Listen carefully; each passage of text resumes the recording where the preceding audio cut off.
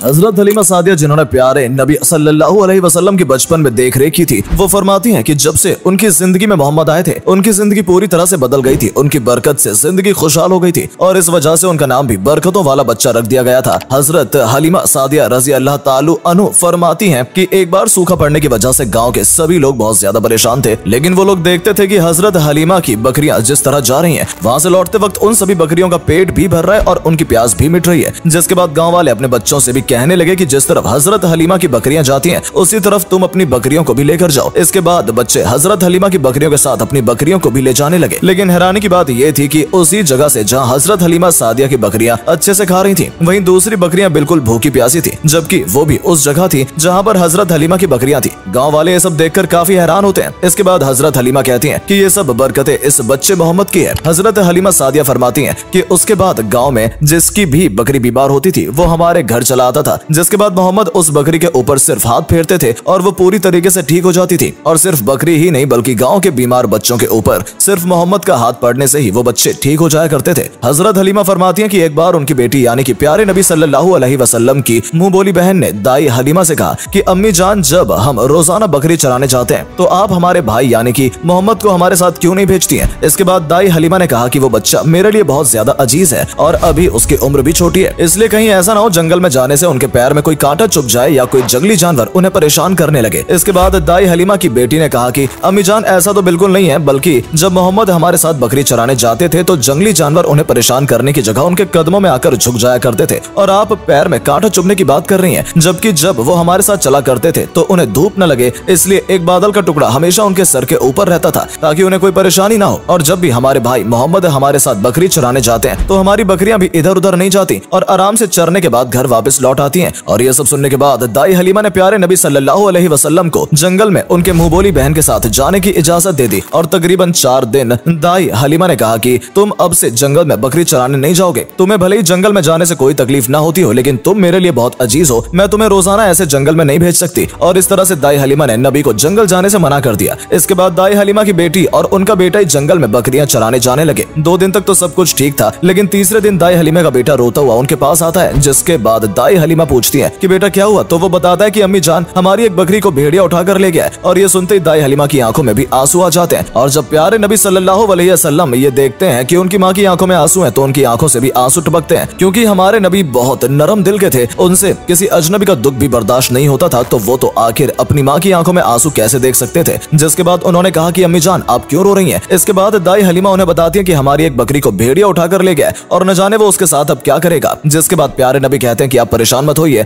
मैं अभी अपनी बकरी को वापस लेकर आता हूँ। लेकिन दाई हलीमा उनसे कहती हैं कि तुम जंगल में नहीं जाओगे क्योंकि भेड़िए बहुत खतरनाक होते हैं। लेकिन प्यारे नबी से अपनी माँ की आंखों में आंसू नहीं देखे जा रहे थे। जिसके बाद वो जंगल की तरफ चल पड़ते हैं और वहां जाकर अपनी खोई हुई बकरी को पुकारते हैं। और दोस्तों, हमारे नबी की शान देखिए, जैसे ही वो बकरी पुकारने लगते हैं जंगल के सभी खतरनाक जानवर उनके सामने आकर उन्हें सजदा करने लगते हैं। जिसके बाद भेड़ियों का एक झुंड भी उनके पास आता है और वो भी प्यारे नबी सल्लल्लाहु अलैहि वसल्लम के कदमों में आकर सजदा करने लगते हैं, जिनके साथ वो बकरी भी थी, जिसकी वजह से दाई हलीमा की आंखों में आंसू आए थे और प्यारे नबी से वो आंसू देखे न गए थे। इसके बाद प्यारे नबी कहते हैं कि तुम्हें इस बात का इल्म नहीं था कि ये बकरी किसकी है और सिर्फ तुम अपनी भूख को मिटाने के लिए हमारी अम्मी जान की ही बकरी उठा ले आए। ये सुनने के बाद सभी भेड़िए अपना सर झुका लेते हैं और नबी से कहते हैं कि ए नबी, हम हरगिज आपका दिल नहीं दुखाना चाहते थे और हमारी क्या औकात की हम आप जैसे शख्स का दिल दुखा सकें। आपके लिए तो हमारी जान भी कुर्बान है। हम तो बस चाहते थे कि बस किसी तरह से आपका एक बार दीदार हो जाए ताकि हम भी ये जान सकें कि अल्लाह के महबूब आखिर कैसे दिखते हैं। पहले जब आप जंगल में आया करते थे तो हम चुपके से आपको देखते थे, लेकिन अचानक आपने जंगल में आना बंद कर दिया, इसलिए हमने ये तरकीब सोची और नादानी में इस बकरी को उठा ले गए। और हम जानते थे कि आप इस बकरी को ढूंढने के लिए जंगल में जरूर आएंगे और हम आपका दीदार कर पाएंगे, क्योंकि हम ये बात अच्छे से जानते थे कि आप कभी भी अपनी माँ की आंखों में आंसू नहीं देख सकते। और जब हम आपकी बकरी को उठाकर ले जाएंगे तो आपकी माँ जरूर परेशान होंगी और इस परेशानी को दूर करने के लिए आप जंगल तक अपनी बकरी को ढूंढने जरूर आएंगे। और इसी वजह से हमसे ये बहुत बड़ी नादानी हो गई। ए अल्लाह के नबी, हमें माफ कर दो, बकरी तो सिर्फ एक बहाना था, असल में हम आपको देखना चाहते थे, बस इसलिए हमसे ये भूल हो गई। और इस तरह से दोस्तों, प्यारे नबी सल्लल्लाहु अलैहि वसल्लम जब उनकी उम्र भी ज्यादा नहीं थी, उस वक्त भी जंगल के खतरनाक से खतरनाक जानवर उनकी शख्सियत को समझ रहे थे और उनका दीदार करने के लिए जंगल के खतरनाक जानवर शेर से लेकर भेड़िए तक सभी उनके सामने आ गए थे और उनके कदमों के आगे सजदा करने लगे थे। इसके बाद प्यारे नबी सल्लल्लाहु अलैहि वसल्लम अपनी खोई हुई बकरी को ले जाकर अपनी अम्मी जान को दे देते हैं और दी हलीमाई देखकर बहुत ज्यादा खुश होती हैं, जिससे हमारे नबी सल्लल्लाहु अलैहि वसल्लम के दिल को भी काफी सुकून मिलता है। तो दोस्तों, ये थे हजरत सल्लल्लाहु अलैहि वसल्लम की बकरियों को चराने का वाकया, जिसके बारे में आज हमने आपको इस वीडियो के जरिए बताया है। इस वीडियो को देखने के बाद आप ये बात तो अच्छे से समझ गए होंगे कि हमारे नबी की शख्सियत क्या थी और जब उनकी उम्र महज 4 से 5 साल थी, इसी दौरान सिर्फ इंसानों को ही नहीं बल्कि जानवरों को भी उनकी शख्सियत का इल्म हो गया था। क्योंकि ये बात तो आप सभी जानते हैं कि भेड़िए जैसे जंगली जानवर जो इंसान को भी कच्चा चबा जाए, उन्हीं भेड़ियों ने बकरी को उठाया जरूर था, लेकिन उसको खरोंच तक नहीं पहुंचाई, क्योंकि वो ये बात अच्छे से जानते थे कि ये बकरी किसकी है और उनका बकरी को उठाने के पीछे क्या मकसद था। ये वीडियो देखने के बाद आप ये भी अच्छे से समझ गए होंगे कि अगर गलती से वीडियो में कोई गुस्ताखी हो गई हो तो माफ करिएगा, और अगर वीडियो पसंद आई या वीडियो के जरिए कुछ भी जानने का मौका मिला हो तो इस वीडियो को अपने दोस्तों के साथ भी जरूर शेयर करें जिनके दिलों में प्यारे नबी की मोहब्बत है। और अगर आप हमारी इस वीडियो को फेसबुक पर देख रहे हैं तो हमारे फेसबुक पेज को भी फॉलो कर लें, ताकि जब भी हम आपके लिए इस तरह की इंटरेस्टिंग वीडियो लेकर आए तो वो भी आप तक पहुंच सके।